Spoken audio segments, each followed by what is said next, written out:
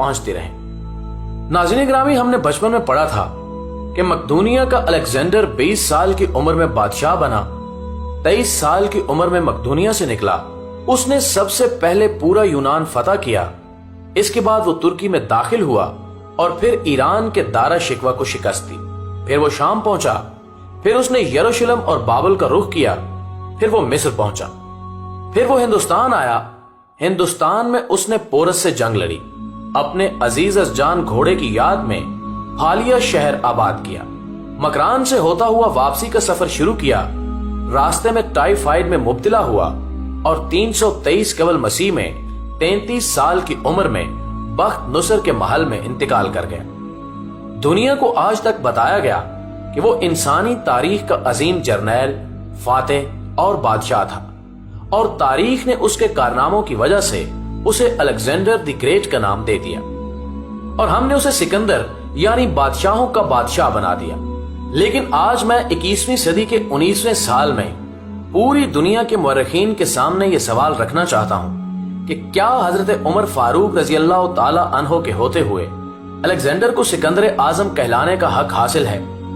میں دنیا بھر کے مورخین کو سکندر اعظم اور حضرت عمر فاروق رضی اللہ تعالی عنہ کی فتوحات اور کارناموں کے موازنے کی دعوت دیتا ہوں۔ آپ بھی سوچئے، الیگزینڈر بادشاہ کا بیٹا تھا، اسے دنیا کے بہترین لوگوں نے گھڑ سواری سکھائی، اسے ارسطو جیسے استادوں کی صحبت ملی تھی، اور جب وہ 20 سال کا ہو گیا تو اسے تخت اور تاج پیش کر دیا گیا، جبکہ اس کے مقابلے میں حضرت عمر فاروق رضی اللہ تعالی عنہ کی 7 پشتوں میں کوئی بادشاہ نہیں گزرا تھا۔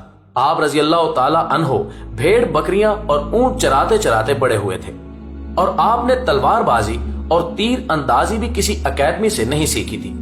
سکندر اعظم نے آرگنائزڈ آرمی کے ساتھ 10 برسوں میں 17 لاکھ مربع میل کا علاقہ فتح کیا تھا، جبکہ حضرت عمر فاروق رضی اللہ تعالی عنہ نے 10 برسوں میں آرگنائزڈ آرمی کے بغیر 22 لاکھ مربع میل کا علاقہ فتح کیا، اور اس میں روم اور ایران کی 2 سپر پاورز بھی شامل تھیں۔ آج کے سیٹلائٹ، میزائل اور آبدوزوں کے دور میں بھی دنیا کے کسی حکمران کے پاس اتنی بڑی سلطنت نہیں جو حضرت عمر فاروق رضی اللہ تعالی عنہ نے نہ صرف گھوڑوں کی پیٹھ پر بیٹھ کر فتح کرائی تھی، بلکہ اس کا انتظام و انصرام بھی چلایا تھا۔ الیگزینڈر نے فتوحات کے دوران اپنے بے شمار جرنیل قتل کرائے، بے شمار جرنیلوں اور جوانوں نے اس کا ساتھ چھوڑا، اس کے خلاف بغاوتیں بھی ہوئیں، اور ہندوستان میں اس کی فوج نے آگے بڑھنے سے انکار بھی کر دیا۔ لیکن حضرت عمر فاروق رضی اللہ تعالی عنہ کے کسی ساتھی کو ان کے حکم سے سرتابی کی جرت نہ ہوئی۔ وہ ایسے کمانڈر تھے کہ آپ رضی اللہ تعالی عنہ نے عین میدان جنگ میں عالم اسلام کے سب سے بڑے سپہ سالار حضرت خالد بن ولید رضی اللہ تعالی عنہ کو معزول کر دیا، اور کسی کو یہ حکم ٹالنے کی جرت نہ ہوئی۔ آپ نے حضرت سعد بن ابی وقاص رضی اللہ تعالی عنہ کو کوفے کی گورنری سے ہٹا دیا۔ آپ نے حضرت حارث بن کعب رضی اللہ تعالی عنہ سے گورنری واپس لے لی۔ آپ نے حضرت عمر بن عاص رضی اللہ تعالی عنہ کا مال ضبط کر لیا، اور آپ نے حمص کے گورنر کو واپس بلا کر اونٹ چرانے پر لگا دیا، لیکن کسی کو حکم عدولی کی جرت نہ ہوئی۔ الیگزینڈر نے 17 لاکھ مربع میل کا علاقہ فتح کیا، لیکن دنیا کو کوئی نظام، کوئی سسٹم نہ دے سکا، جبکہ حضرت عمر فاروق رضی اللہ تعالی عنہ نے دنیا کو ایسے سسٹم دیے جو آج تک پوری دنیا میں رائج ہے۔ آپ رضی اللہ تعالی عنہ نے نماز فجر میں الصلاۃ خیر من النوم کا اضافہ کرایا۔ آپ رضی اللہ تعالی عنہ کے عہد میں نماز تراویح کا باقاعدہ سلسلہ شروع ہوا۔ آپ رضی اللہ تعالی عنہ نے شراب نوشی کی سزا مقرر کی، سنہ ہجری کا اجرا کیا، جیل کا تصور دیا، مؤذنوں کی تنخواہیں مقرر کی، مسجدوں میں روشنی کا بندوبست کرایا، پولیس کا محکمہ بنایا، ایک مکمل عدالتی نظام کی بنیاد رکھی، آبپاشی کا نظام قائم کرایا، فوجی چھاونیاں بنوائیں اور فوج کا باقاعدہ محکمہ قائم کیا۔ آپ رضی اللہ تعالی عنہ نے دنیا میں پہلی بار دودھ پیتے بچوں، معذوروں، بیواؤں اور بے آسراؤں کے وظائف مقرر کیے۔ آپ رضی اللہ تعالی عنہ نے دنیا میں پہلی بار حکمرانوں، سرکاری عہدیداروں اور والیوں کے اثاثے ڈکلیئر کرنے کا تصور دیا۔ آپ رضی اللہ تعالی عنہ نے بے انصافی کرنے والے ججوں کو سزا دینے کا سلسلہ بھی شروع کیا۔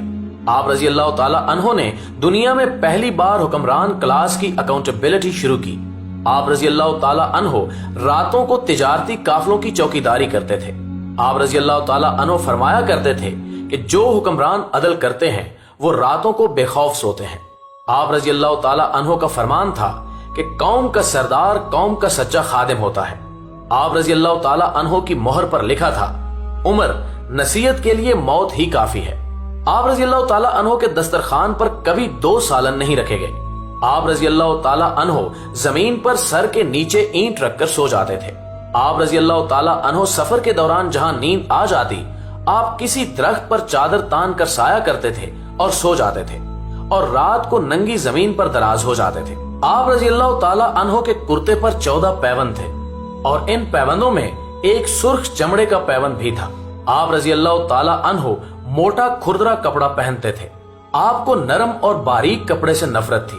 آپ رضی اللہ تعالی عنہ کسی کو جب سرکاری عہدے پر فائز کرتے تھے تو اس کے اثاثوں کا تخمینہ لگوا کر اپنے پاس رکھ لیتے تھے، اور اگر سرکاری عہدے کے دوران اس کے اثاثوں میں اضافہ ہو جاتا تو آپ رضی اللہ تعالی عنہ اس کی اکاؤنٹیبلٹی کرتے تھے۔ آپ جب کسی کو گورنر بناتے تو اسے نصیحت فرماتے تھے کہ کبھی ترکی گھوڑے پر نہ بیٹھنا، باریک کپڑے نہ پہننا، چھنا ہوا آٹا نہ کھانا، دربان نہ رکھنا، اور کسی فریادی پر دروازہ بند نہ کرنا۔ آپ رضی اللہ تعالی عنہ فرماتے تھے کہ ظالم کو معاف کر دینا مظلوموں پر ظلم ہے، اور آپ رضی اللہ تعالی عنہ کا یہ فکرہ آج انسانی حقوق کے چارٹر کی حیثیت رکھتا ہے۔ مائیں بچوں کو آزاد پیدا کرتی ہیں، تم نے انہیں کب سے غلام بنا لیا؟ فرمایا، میں اکثر سوچتا ہوں اور حیران ہوتا ہوں کہ عمر بدل کیسے گیا۔ آپ رضی اللہ تعالی عنہ اسلامی دنیا کے پہلے خلیفہ تھے جنہیں امیر المومنین کا خطاب دیا گیا۔ ناظرین گرامی، دنیا کے تمام مذاہب کی کوئی نہ کوئی خصوصیت ہے۔ اسلام کی سب سے بڑی خصوصیت عدل ہے، اور حضرت عمر فاروق رضی اللہ تعالی عنہ وہ شخصیت ہیں جو اس خصوصیت پر پورا اترتے ہیں۔ آپ رضی اللہ تعالی عنہ کے عدل کی وجہ سے عدل دنیا میں عدل فاروقی ہو گیا۔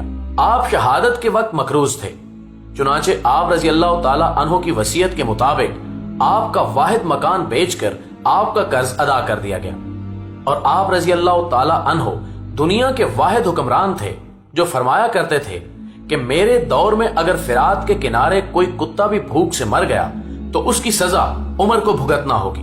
آپ رضی اللہ تعالی عنہ کے عدل کی یہ حالت تھی۔ آپ رضی اللہ تعالی عنہ کا انتقال ہوا تو آپ کی سلطنت کے دور دراز علاقے کا ایک چرواہا بھاگتا ہوا آیا اور چیخ کر بولا، لوگو، حضرت عمر رضی اللہ تعالی عنہ کا انتقال ہو گیا۔ لوگوں نے حیرت سے پوچھا، تم مدینے سے ہزاروں میل دور جنگل میں ہو، تمہیں اس سانحے کی اطلاع کس نے دی؟ چرواہا بولا کہ جب تک حضرت عمر فاروق رضی اللہ تعالی عنہ زندہ تھے، میری بھیڑیں جنگل میں بے خوف پھرتی تھیں، اور کوئی درندہ ان کی طرف آنکھ اٹھا کر نہیں دیکھتا تھا، لیکن آج پہلی بار ایک بھیڑیا میری بھیڑ کا بچہ اٹھا کر لے گیا۔ میں نے بھیڑیے کی جرت سے جان لیا کہ آج دنیا میں حضرت عمر رضی اللہ تعالی عنہ موجود نہیں ہے۔ ناظرین گرامی، میں دنیا بھر کے مورخین کو دعوت دیتا ہوں کہ وہ الیگزینڈر کو حضرت عمر فاروق رضی اللہ تعالی عنہ کے سامنے رکھ کر دیکھیں۔ انہیں الیگزینڈر حضرت عمر فاروق رضی اللہ تعالی عنہ کے حضور پہاڑ کے سامنے کنکر دکھائی دے گا، کیونکہ الیگزینڈر کی بنائی ہوئی سلطنت اس کی وفات کے 5 سال بعد ختم ہو گئی، جبکہ حضرت عمر فاروق رضی اللہ تعالی عنہ نے اپنے دور میں جس خطے میں اسلام کا جھنڈا بھجوایا، وہاں سے آج بھی اللہ اکبر کی صدائیں آتی ہیں۔ وہاں آج بھی لوگ حضرت عمر فاروق رضی اللہ تعالی عنہ کے اللہ کے سامنے سجدہ کرتے ہیں۔ دنیا میں الیگزینڈر کا نام صرف کتابوں میں سمٹ کر رہ گیا ہے، جبکہ حضرت عمر فاروق رضی اللہ تعالی عنہ کے بنائے نظام دنیا کے 245 ممالک میں آج بھی کسی نہ کسی شکل میں موجود ہیں۔ آج بھی جب کسی ڈاکخانے سے کوئی خط نکلتا ہے